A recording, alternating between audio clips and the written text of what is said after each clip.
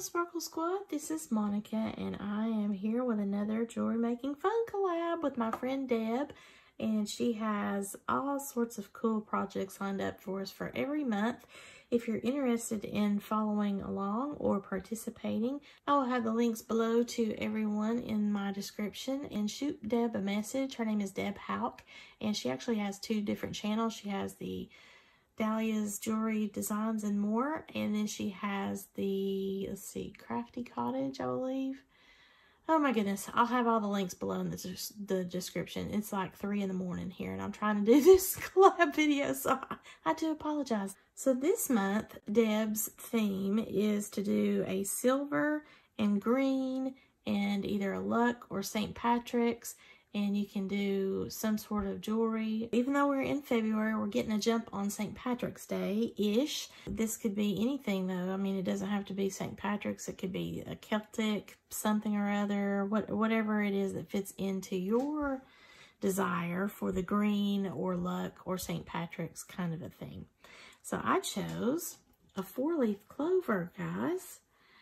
And here it is. I made this with 18 gauge wire as the base and then 26 gauge wire to create a bell, as well as sew, essentially, wrapping all of these beads in a pattern for like the vein of each clover leaf. And I wanted it to kind of hang a little bit catty corner and not straight up and down. So that's why the bell is over here instead of right up straight. You could do it however you want. This is what I created as a pendant to just go on a simple chain. You can make earrings with this pattern. You can do the pendant like what I've got here. You can make this into like a connector charm for a bracelet, however you want to do that, but I chose to do mine as a pendant for a necklace. Now it's kind of ugly on the back, but this is what you see at the front. And I really like how that turned out.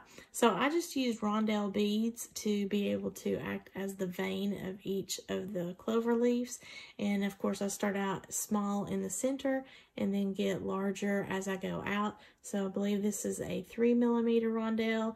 This is a 4, possibly a 5mm, and then this is an 8mm out here on the very end. Just like on one of my other collab videos where I'm talking about doing some heart designs, I kind of mimicked the heart, but I didn't make it so heartsy, and that's how I got my clover leaves, if you can tell how I did that. And I used what I call a step looper. That may be the wrong term for it. I'll look that up just to be sure. This is by Beadsmith, and you can actually make jump rings and things on this, but it has an acrylic or plastic or whatever that is cover on the bottom, so it's easier to be able to get hold of your wire. And you can do loops on these 3 different sides. I have, I think, 3 or 4 different ones of these pliers, and these different steps are different sizes depending on what I want to do. So very easy to make your curves there. If you don't have one of these special pliers, you don't have to worry about it. You can just use a pencil or a pen, whatever you can get that makes the curve that you like. And then I made a spiral for the bottom of the stem. I have a bunch of chain. So from my little toolbox that I loaded up, I actually got that thing at Harbor Freight, and I've got 2 of them. They're like a toolbox that's a yellow with a black handle, but they have several of these little containers in there, and they're very handy for jewelry makers. And I've had these chains for years.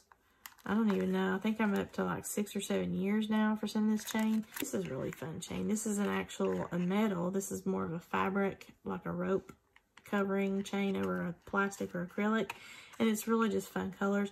But I keep a lot of my chain in here, and I don't have any problems with it tarnishing or whatnot. I do have some other chain that I got. I think this is from Cousin.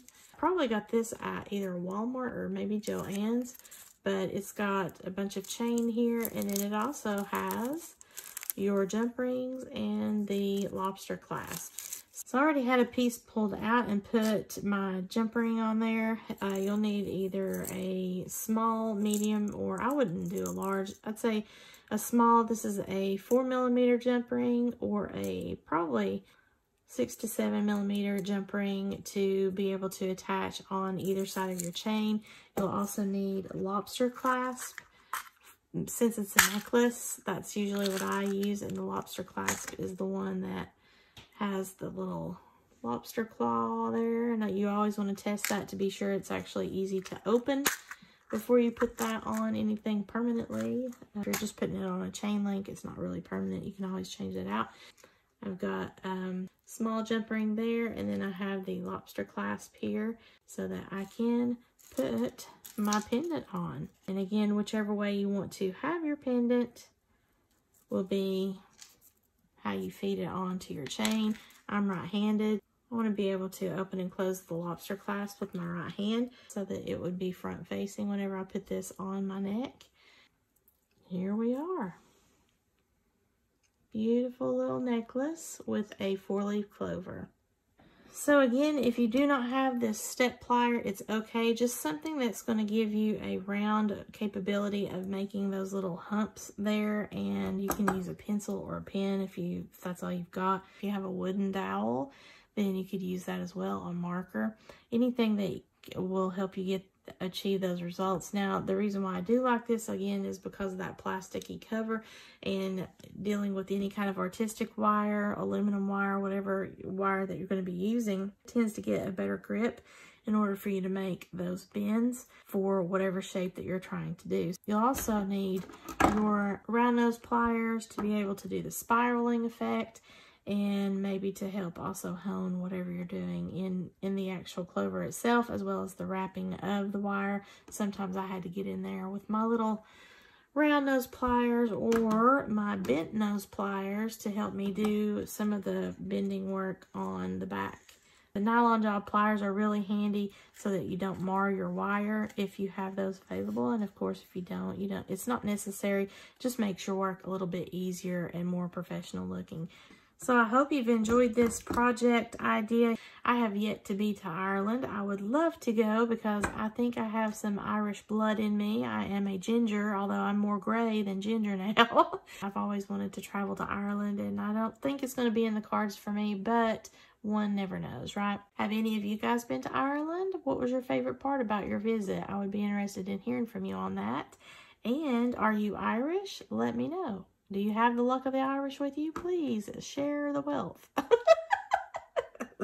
So come back and see us on the 18th of every month, and we will have a different project for you, different colors, different types of things that we're going to be creating in jewelry, and it is going to be fun, fun, fun. That's why it's called the Jewelry Making Fun Collab. Yay! So be sure to check out Dahlia Designs Jewelry and More with Deb Houck, as well as her paper crafting channel, which I'll also have linked below in my description if you're interested in checking that out. And also, please visit all of the other collaborators. Thanks again for having such a fun collab, Deb. I had a good time with this, and I hope you like my 4-leaf clover. May the luck of the Irish be upon you. So if you like this video, please give me a thumbs up and let me know below in the comments if you have made one of these yourself, or if you have made something similar, or what do you like to do? Do you have any kind of Irish traditions that you follow? If you've not already done so, please subscribe to my channel. I would really appreciate it if you would also share out this video to any of your friends that might enjoy these sparkly shenanigans. And as always, thank you so much for watching, and have a sparkle-tastic day, y'all.